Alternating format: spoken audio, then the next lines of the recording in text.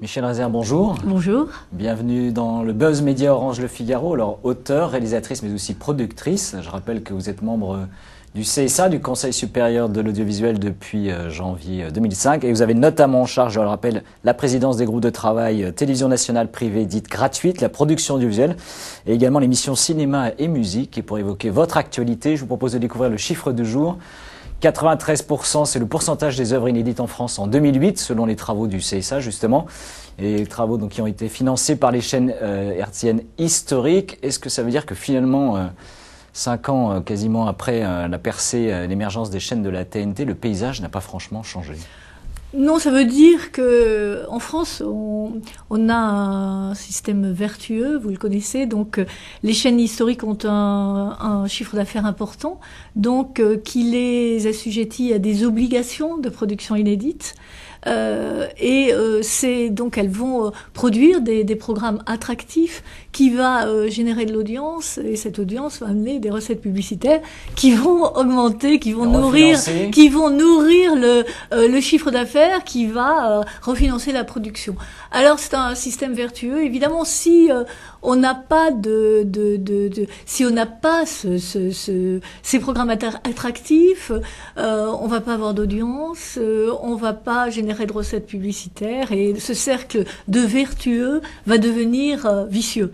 Alors justement, on voit combien il est important qu'on amorce la pompe et que les chaînes historiques justement libèrent leurs droits et qu'il y ait une fluidité des droits pour justement retrouver une vivacité. Alors, justement, c'est on va en parler, parce que après une première étude qui avait été faite donc en 2006 par le CSA, vous venez à nouveau de réaliser un deuxième rapport sur ce qu'on appelle la circulation des œuvres audiovisuelles entre les diffuseurs. Ça consiste en quoi très concrètement et très simplement? Alors, on avait sorti une étude en 2006 qui portait sur 2005, et vous savez, en 2005, c'était le tout début de la TNT. Donc, c'est une étude qui tenait très très peu compte de cette arrivée des chaînes de la TNT. Donc là, c'est la première étude, donc elle porte sur de 2005 à 2009. C'est la première étude qui objective le nouveau paysage audiovisuel français avec les 18 chaînes gratuites. Est-ce qu'il y a eu des vrais changements justement sur la circulation ou pas des œuvres? Alors, la fluidité de cette circulation? Il n'y a pas, aujourd'hui on peut dire, il n'y a pas de gel il n'y a pas de principe de gel dans la circulation. Vous savez, il y a 90% des œuvres sont rediffusées dans les années suivantes. Donc, il n'y a pas un véritable gel. Donc c'est une très bonne nouvelle quand même. Hein. Alors évidemment, et ça je vous étonnerai pas, les œuvres circulent très bien à l'intérieur des groupes. C'est-à-dire entre un même groupe, par exemple, comme TF1, entre les chaînes... ou un groupe comme M6, un groupe comme ça avec des chaînes historiques. Donc, c'est beaucoup plus difficile pour les chaînes dites indépendantes, c'est-à-dire les chaînes qui ne sont pas affiliées à un groupe historique. Donc, c'est beaucoup plus difficile d'avoir ces programmes, les mesures qu'on propose, justement, tendent à les aider. Alors justement, avant qu'on évoque ces mesures très concrètes du CSA, le fait d'avoir, d'une certaine manière, quand même avalisé et donné un feu vert au rachat, je rappelle, de TMC et NT1, des chaînes de la TNT par le groupe TF1, est-ce que d'une certaine manière, ça renforce pas un peu ce que vous dénoncez, le fait de dire que ça reste souvent, cette circulation des œuvres, à l'intérieur même des grands groupes audiovisuels installés? Non, au contraire.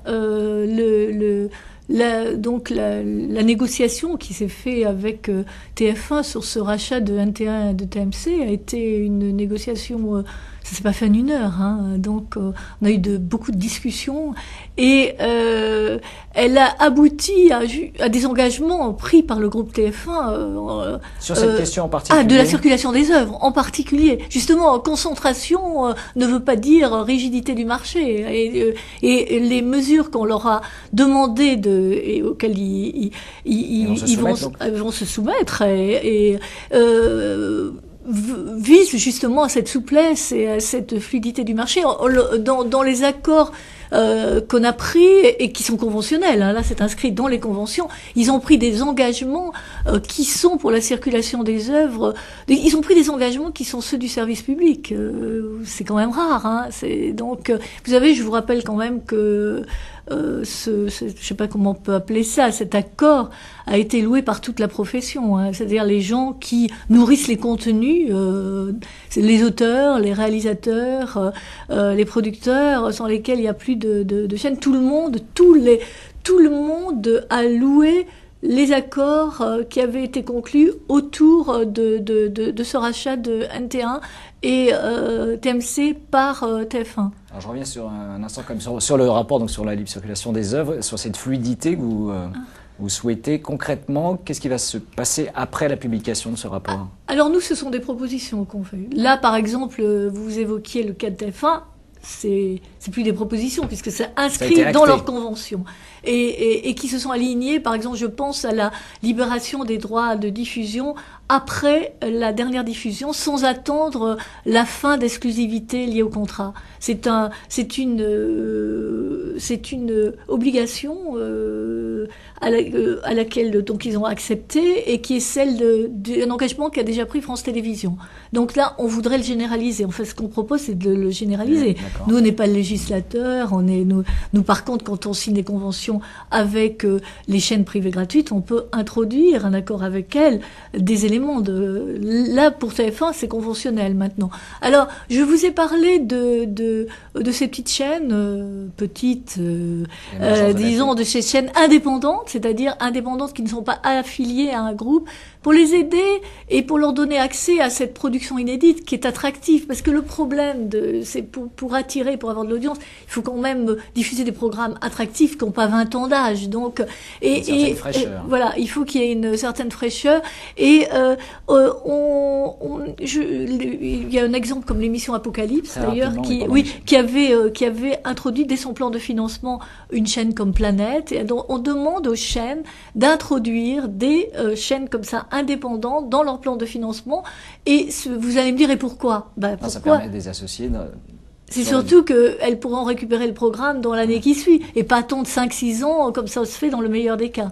Et bon, il y a d'autres mesures, hein, mais on ne peut pas toutes les évoquer. On ne peut malheureusement pas détailler. Je rappelle, de toute façon, ces informations seront disponibles, j'imagine, sur le site du CSA. D'ailleurs, on les a mis sur le site pour avoir les réactions des professionnels et pour en tenir compte. Voilà. Bien, Michel Razier-Chour, merci d'être venu dans le Buzz Média.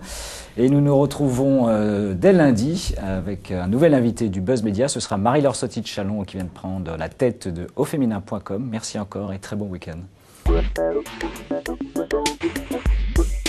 Thank you.